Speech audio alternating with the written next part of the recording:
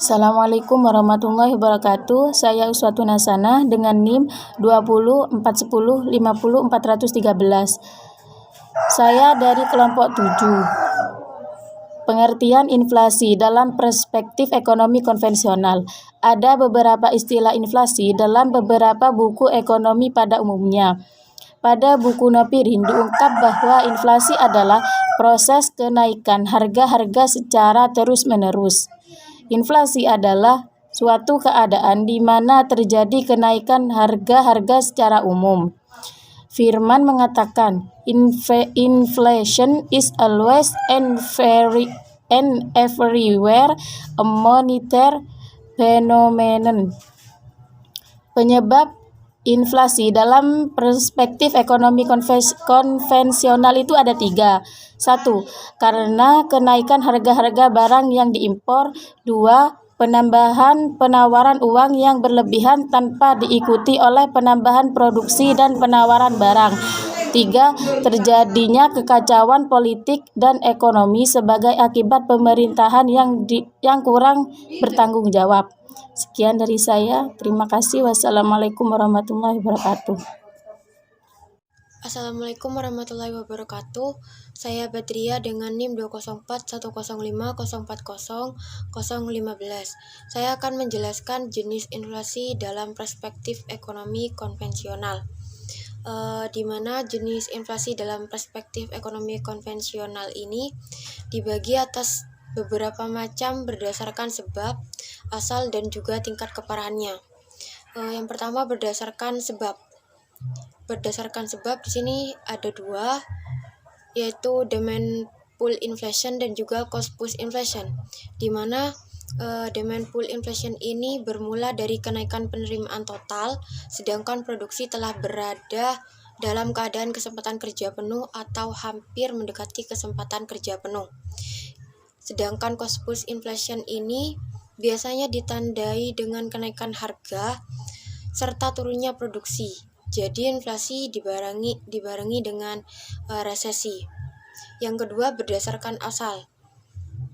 Berdasarkan asal di sini ada 2 juga, yaitu domestic inflation dan juga imported inflation, di mana domestic inflation ini adalah inflasi yang berasal dari dalam negeri.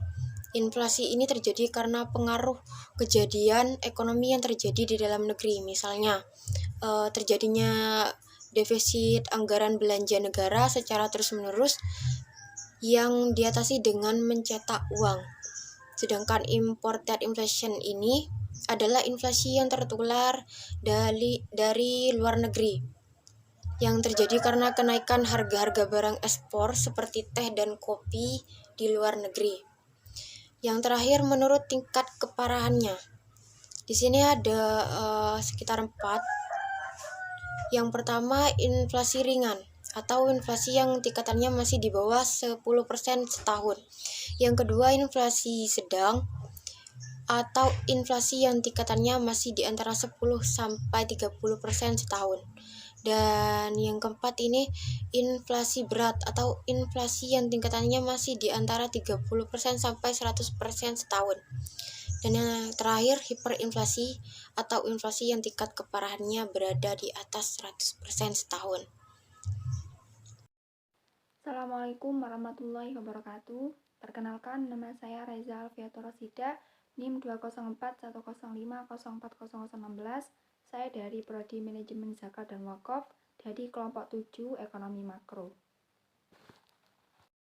Di sini saya akan melanjutkan presentasi dari kelompok kami, yakni mengenai dampak inflasi dalam perspektif ekonomi konvensional. Dampak inflasi terhadap kegiatan ekonomi masyarakat yang pertama ada terhadap konsumen, terhadap produksi, dan terhadap distribusi. Untuk terhadap konsumen, inflasi menyebabkan harga barang yang dikonsumsi naik, sementara pendapatan masyarakat tidak mengalami kenaikan. Yang kedua terhadap produksi. Dampak inflasi terhadap produksi terlihat pada keinginan memproduksi yang menjadi menurun. Kemudian terhadap distribusi, dampak inflasi terhadap kegiatan pendistribusian pendapatan masyarakat menjadi terganggu karena orang yang berpenghasilan tetap secara real pendapatannya mengalami kemerosotan. Kemudian untuk mengatasi inflasi tersebut, di sini ada kebijakannya, yakni pendapat Nopirin, ada beberapa instrumen untuk mengawasi inflasi secara sederhana.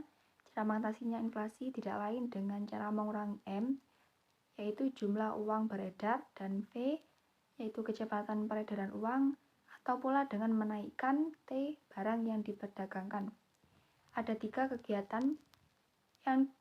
kebijakan yang ditempuh untuk mengurangi M dan mengurangi V serta menaikkan T, yaitu dengan kebijakan moneter. Kebijakan ini berkaitan dengan bidang keuangan dan perkreditan, dan sasaran utamanya adalah mengandalkan jumlah uang yang beredar. Ketentuan tersebut dikeluarkan oleh otoritas moneter, bank sentral, agar ekonomi tumbuh lebih cepat untuk mengatasi inflasi. Tentu digunakan kebijakan moneter yang bersifat mengurangi jumlah uang beredar yang dilaksanakan Bank Sentral Nopirin PH.D, pengantar ilmu ekonomi makro dan mikro. Sekian yang dapat saya sampaikan, kurang lebihnya saya mohon maaf. Wassalamualaikum warahmatullahi wabarakatuh. Assalamualaikum warahmatullahi wabarakatuh. Nama saya Faizatul Hikmah, NIM 2041050400117, Prodi Manajemen Zakat dan Wakaf. Saya di sini dari kelompok 7 Ekonomi Makro akan melanjutkan presentasi dari yang sebelumnya tentang kebijakan ekonomi Islam dalam mengatasi inflasi.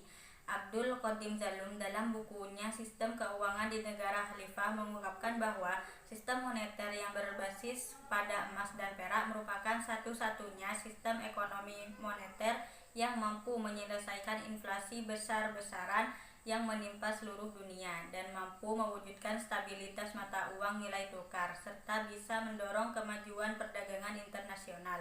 Yang kedua, perdagangan impor. Jika memang produksi dalam negeri masih mencukupi, hal ini pernah terjadi semasa pemerintahan Khalifah Umar bin Khattab radhiyallahu anhu.